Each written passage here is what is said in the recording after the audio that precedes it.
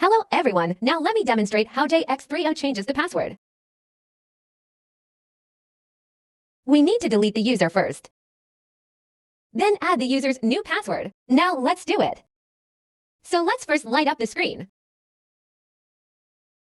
Press asterisk and hashtag to enter the system settings mode.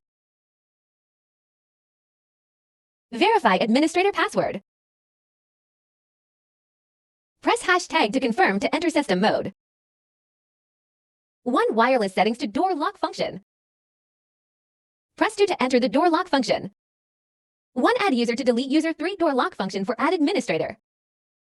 Press 2 to delete the user. Please enter the unlock information to be deleted. Enter the password information to delete.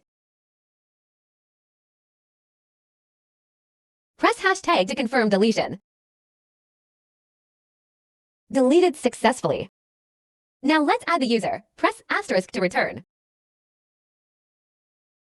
1 add user to delete user 3 door lock function for add administrator.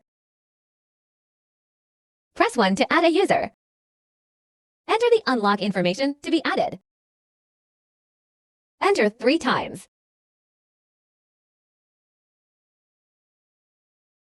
Added successfully.